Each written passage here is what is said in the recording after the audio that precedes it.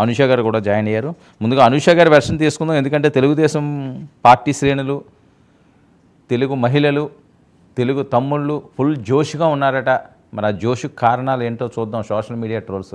అనుష గారు సార్ వినిపిస్తుందా? వినిపిస్తుంది, చెప్పండి. ఏంటి ఎన్నాళ్ళలో వేచిన ఉదయం అట? అవునండి, ఎన్నాళ్ళు వేచిన ఉదయమే మాకు. సార్ ముందుగా ప్యానెల్లో ఉన్న పెద్దలందరికీ నమస్కారం. ఏంటి ఓకే అనుష, రెడ్ బుక్ ఈ రోజు నుంచి అమల్లోకి వచ్చిందా? ఇది ట్రోల్ అవుతున్న అంశం. సార్ రెడ్ బుక్ అమల్లోకి వస్తే ఈ రోజు కాదు సార్, ఎప్పుడో వల్లభనేని వంశీని గుంజుకుని లాక్కుని వచ్చేవాళ్ళు. రెడ్ బుక్కే కనుక అమలు పరచాలి, రెడ్ బుక్ లో ఉన్న పేర్లు ఎవరైతే ఉన్నారో వాళ్ళందరినీ ఇప్పటికిప్పుడు అరెస్టులు చేయాలి అని అనుకుంటే గనక గుంజుకుని మేము ఈ రోజు వాళ్ళని తీసుకొచ్చే పరిస్థితి.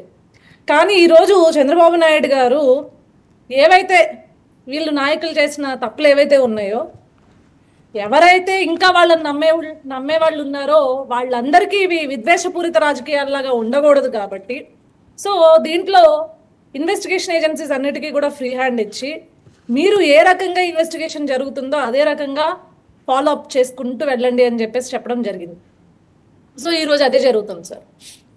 ఎవరైతే తప్పు చేశారో ఈరోజు అతని పైన ఉన్న కేసులు ఎత్తించేసుకుని అమెరికా వెళ్ళిపోయి సెటిల్ అయిపోదాము, అమెరికా వెళ్ళి సెటిల్ అయ్యడానికి నా మీద కేసులు ఉండకూడదు, నా మీద ఛార్జ్ షీట్లు వేసి ఉండకూడదు అని చెప్పేసి ఈరోజు కేసులన్నిటిని కూడా కొట్టించేసుకునేదానికి ఇట్లాంటి కుట్రపూరితమైన కుట్రలన్నీ పన్ని ఈరోజు ప్రభుత్వానికి అడ్డంగా దొరికిపోయాడు వల్లభనేని.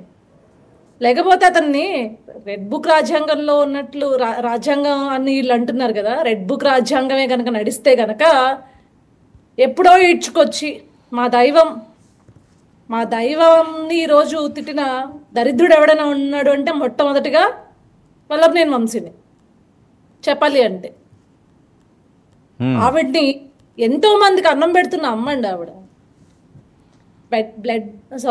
మొన్న కూడా తలసేమియా వాళ్ళ గురించి ఈరోజు తమన్ గారితో ఒక ప్రోగ్రామ్ జరుగుతుంది. అదేవిధంగా ఎన్టీఆర్ ట్రస్ట్ ద్వారా ఎంతో మందికి ఈరోజు ఉపాధి కల్పిస్తుంది, అదేవిధంగా వారి ఆరోగ్యాన్ని కాపాడుతుంది, అదేవిధంగా చూసుకుంటా ఎంతో మందికి విద్యను అందిస్తుంది. అట్లా సమాజం కోసం సేవ చేయడానికి వచ్చిన ఆవిడ్ని ఇష్టానుసారం మొట్టమొదటిగా మాట్లాడిన నీచుడు వీడు. ఈరోజు రెడ్ బుక్కే అవసరం లేదండి, వల్లభనేని వంశీ అనేవాడు ఎలక్షన్ అయిన తర్వాత దొరికుంటే ఖచ్చితంగా